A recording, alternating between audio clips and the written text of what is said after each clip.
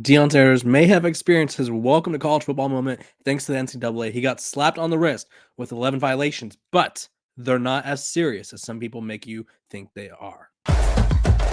You are Locked On Buffs, your daily podcast on the Colorado Buffaloes. Part of the Locked On Podcast Network, your team every day.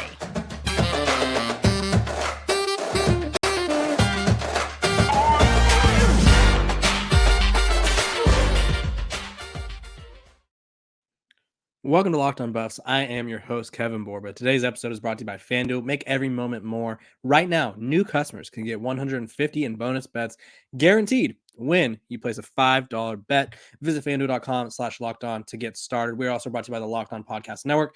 It's your team every day for free and available wherever you may get your podcast. So thank you guys for tuning in and making me your first listen of the day.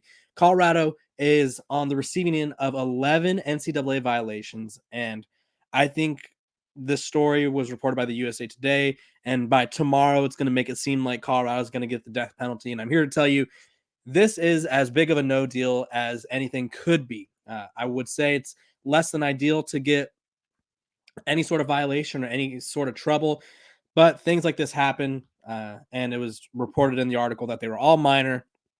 And I think it's just part of the learning process for Coach Prime and his staff. He obviously does things a lot differently than every college football coach in the country. He's very active on social media. He's very outspoken.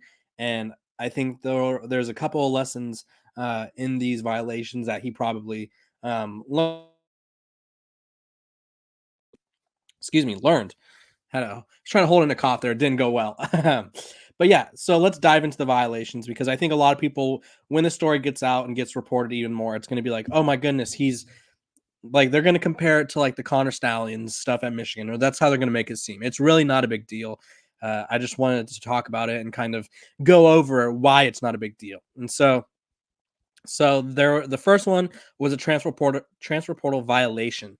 So when Colorado had their postgraduate camp, and it was open to high school graduates, transfers from other colleges who had entered the portal, and there was like over 300 guys, and they all came to Colorado, and they worked out, got a chance to play in front of Colorado's coaches. I'm pretty sure they picked up a few players from this. They didn't do their due diligence well enough. So there was 7 players that did not technically have active status in the portal that showed up. So technically, it was like having, say, the player came from Northern Colorado. Say he wanted to transfer, he planned on transferring, but he wasn't officially in the portal yet. Colorado was basically hosting another team's player for this camp, which is obviously not allowed. And it says the violation was discovered when another NCAA institutor reported that one of the players participated in the camp without first providing notification of the transfer. As a penalty, the school imposed a 2-week recruiting ban from all recruiting activity from June 15th to the 28th, and a 1-day recruiting ban on all transfer activity, which was back in December. And so then the next one was a Coach Prime Instagram violation. Now, again, like I said, not a big deal. This isn't Jeremy Pruitt throwing money in a McDonald's bag and giving it to a recruit. This isn't Connor Stallions spying on other programs. This isn't Reggie Bush getting a house or whatever, a car, whatever it was at USC for him to come play there. This isn't pay for play or anything. This was just Aaron Butler was the player that was later identified, was committing to Colorado and was hosting an Instagram live. And he invited Coach Prime onto the live stream and committed to him while he was on the live stream. And while Coach Prime didn't have any conversations with him, he was featured for about 2 minutes, and it says it violates NCAA Rule 13.10.2.1.2, a bylaw that prohibits a recruit from being involved in media activity conducted by a school's head coach. So basically, Coach Prime is not allowed to be in any videos with an athlete that is a projected or a recruit that they are trying to get to campus, even if he's committed. And so it is kind of funny because Colorado's rules compliance officer or compliance staffer Chase Meyer called to have the activity stopped once he knew of the live stream. And Sanders, it says in the article, indicated at the time he couldn't say the recruit's name or talk about the recruit on Instagram Live because that would have been violation.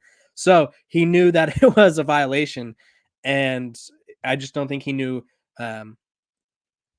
I just don't think he knew to what extent, and so I think that was kind of a interesting aspect of it there. And then there was a violation at the Stanford game. So former Colorado player Matt McChesney went to a game with his son and recruit for the class of 2028. Both were on the field before the game and then were escorted off the field before kickoff. But what happened next was a violation, which was recruit cannot do an unofficial visit, including or says what happened next violated NCAA rule that limits what a recruit can do on an unofficial visit, including a prohibited on game day simulation, such as running onto the field and onto the field with the team during pregame introductions. After being escorted off the field, the former player said player and his son entered the locker room for the pregame speeches by the Colorado football coach. So obviously miscommunication there with the program. Again, not a big deal. Another social media violation.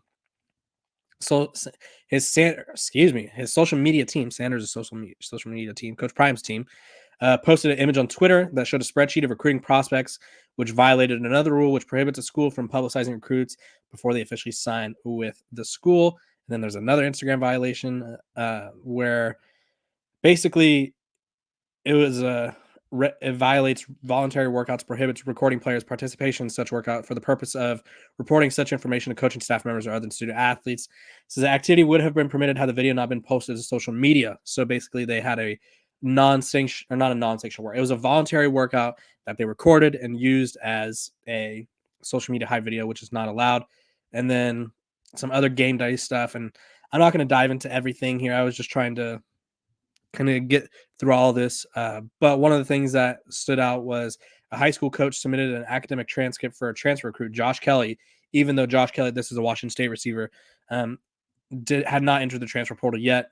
And so that's not really on Coach Prime. 11 violations in total. Again, there's nothing that's going to be made of any of these. It's kind of just like a slap on the wrist. I think the fact that they reported them helps their case. Alabama was cited in the article. Ohio State has had a couple violations as well. So it's one of those things in college football where there's so many rules and there's so many this and that and the other that you have to follow. And Coach Prime is not in trouble by any means. But I just wanted you guys to hear it from me. So that way you guys don't see, oh no, 11 violations. Like they're going to get the death penalty. No, the death penalty is nowhere near. I think if any program in college football should be worried about the death penalty or any sort of scandal is the national champion that just lost their head coach. I think that says a little bit about what could be coming their way. But Colorado is in the clear.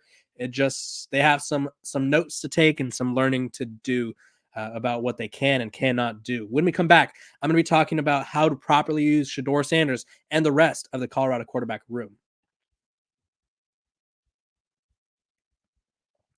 This episode of Locked On Buffs is brought to you by our sponsors over at eBay Motors. Passion, drive, and patience. What brings home the winning trophy is also what keeps your ride or die alive. eBay Motors has everything you need to maintain your vehicle and leveled up to peak performance, from superchargers, roof racks, exhaust kits, LED headlights, and more. Whether you're into speed, power, or style, eBay Motors has got you covered. With over 122 million parts for your number one ride or die, you'll always find exactly what you're looking for. And with eBay Guaranteed Fit, your part is guaranteed to fit your ride every time or your money back. Because with eBay Motors, you're burning rubber, not cash. With all the parts you need at the prices you want, it's easy to turn your car into the MVP and bring home that win. Keep your ride or die alive at ebaymotors.com. Eligible items only. Exclusions apply. eBay Guaranteed Fit, only available to U.S. customers.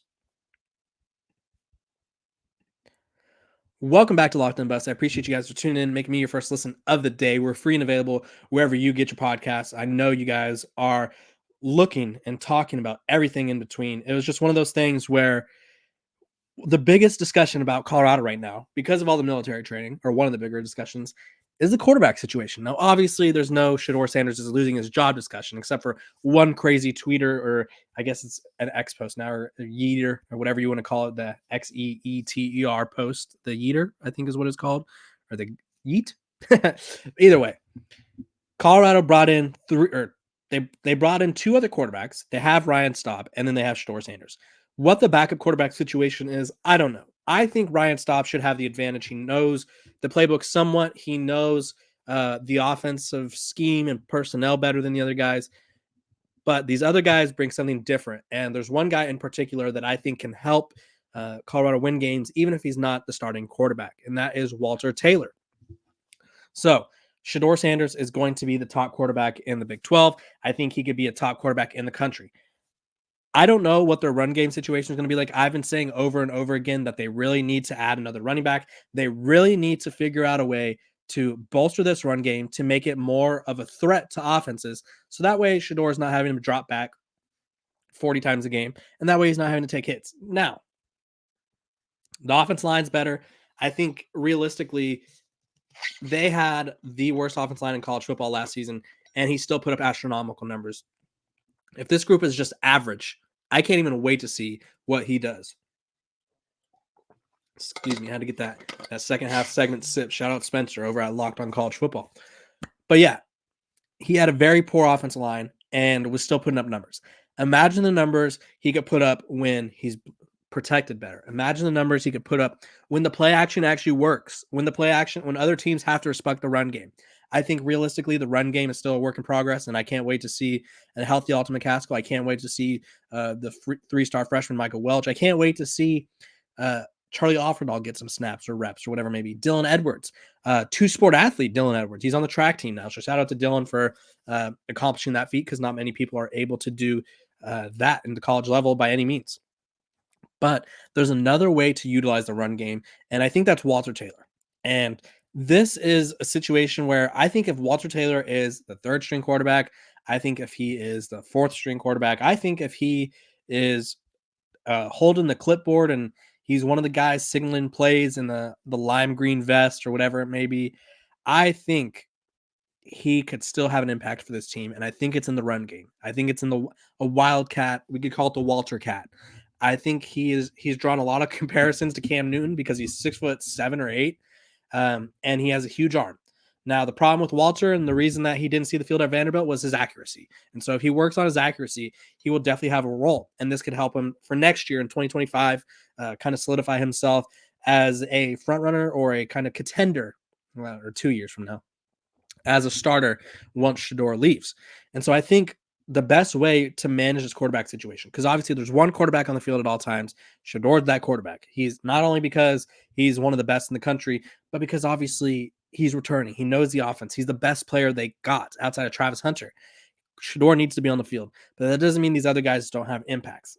I think Walter Taylor has the best chance of being on the field in non-traditional ways. I think they could try him as a wildcat quarterback, which I think will help the run game. I think him being on the field, where you do a little read option, you could do a little power, you could do a little wildcat pop pass, whatever it may be, a little jump pass like the Tim Tebow play at Florida, whatever it may be. I think Walter Taylor can have an impact. And how does this help the offense? Colorado had no run game last year. You get a better offense line that could hopefully create a run game. You have healthy running backs, productive running backs. Alton McCaskill, I think, could be that guy. And then you have another way of running the ball. I think Shedeur can run when needed. He's obviously quite fast. I think it was the TCU game I think it was USC because they were wearing the gray uniforms. It was at home. I think it was USC where he had that rushing touchdown and he got towards, I think, this side of the field right here. Yeah, I believe it was towards the Colorado end of the field. And he literally got clocked at 20 miles per hour, and he's fast. And a lot of people don't see him as a fast quarterback because he's not scrambling around, running for chunk yards all the time. He does it when needed. He's a very smart runner. He knows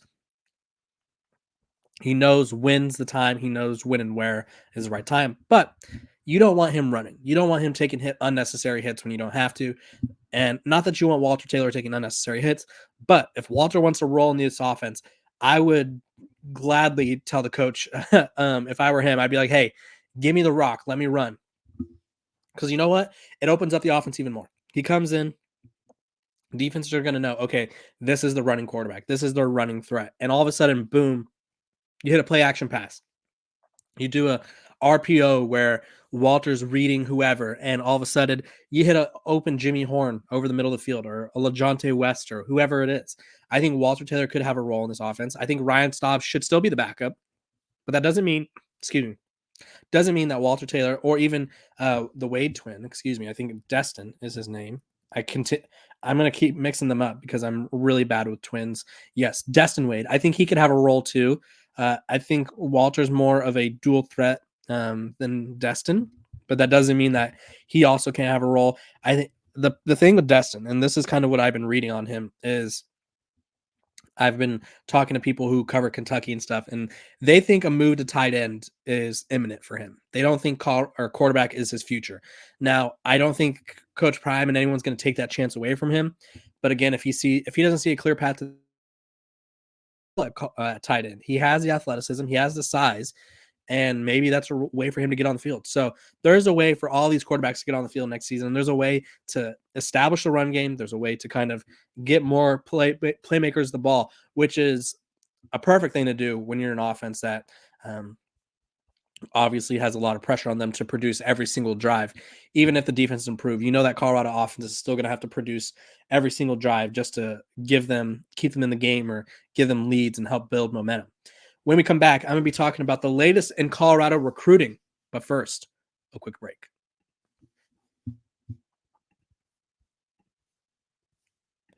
Thank you guys for tuning in to Locked on Buffs. I was a little premature there. I appreciate you guys for tuning in, making me your first listen of the day. We're free and available wherever you get your podcasts. So let's dive into the latest in recruiting. We still have no update on BJ Green, the Washington commit transfer from Arizona. He's an Arizona State transfer that's committed to Washington that reopened his transfer recruitment. It's between Ole Miss and Colorado. I think it'll be interesting to see what happens because Colorado's enrollment date was yesterday and Ole Miss's is Monday. So that's a little worrisome, but he's a dynamic pass rusher. I got in a little disagreement with the comments yesterday. When I say that he can help Colorado contend for the Big 12, that's not me saying Colorado's not going to contend with the Big 12 without him. It's me saying that he takes them to the next level. Colorado does not have a proven dominant pass rusher. And while I wouldn't say BJ is the most dominant, he is pretty disruptive. He was top 100 amongst all edge defenders and pass rush, and Colorado needs a guy like that. They need someone who could get to the quarterback. They need someone who can make the quarterback uncomfortable in the pocket, and that's what he does. So that's the update on BJ Green. When I know more, I'll tell you guys. I think that'd be a huge addition for them if they could get him. Then we're going 2025 recruiting. It's already that time of the year. 3-star edge Garrett Martin out of Seguro, Arizona, which is in Scottsdale. He's 6'4", 220 pounds, and is currently feeling good about the top 5 of Arizona State, Colorado, Kansas State, and Oregon. And so he thinks they're all going to get visits for all this program. So Colorado's in the mix there. A very heavy Big 12 recruiting footprint right there. Obviously, the Arizona schools are in the Big 12 now, so that changes a little bit of kind of the trail or people that they're going to go after. Colorado offered, which I thought was interesting, Jamie French with 2 Fs. It's FFRENCH, the 5-star receiver that was committed to Alabama. They offered him. Why not? Take a chance. They also offered 2025 4-star quarterback Madden I knew how to say it too. Emiliava, I believe is how close. The Tennessee quarterback, his younger brother. So Colorado's getting in the mix for all these guys. They're getting in the mix for top recruits. They're trying. And if you're Coach Prime, and I've talked about this before, going hard in recruiting is going to be important someday. I think a lot of people, there's a few reasons. One, I don't know how this transfer portal stuff's going to work out. 2, you get a recruit, and obviously it's hard to keep players loyal in this day and age. But when you're Coach Prime, I feel like that shouldn't be an issue. I think that's kind of like the one thing that he has the advantage of over every program in the country is he has such an allure. He has such a brand where it's like, you are Deion Coach Prime Sanders. Like, you shouldn't have issues with roster retention. I don't think. I know it's hard to keep guys happy. I know it's hard to keep guys on the bench that want to play when it's not their time. But if he hits this 2025 recruiting class hard and continues to bolster recruiting, Colorado could be contending. I really think so. And I say contending. There's 3 things you can contend for in college football: your conference, the playoff, or a championship.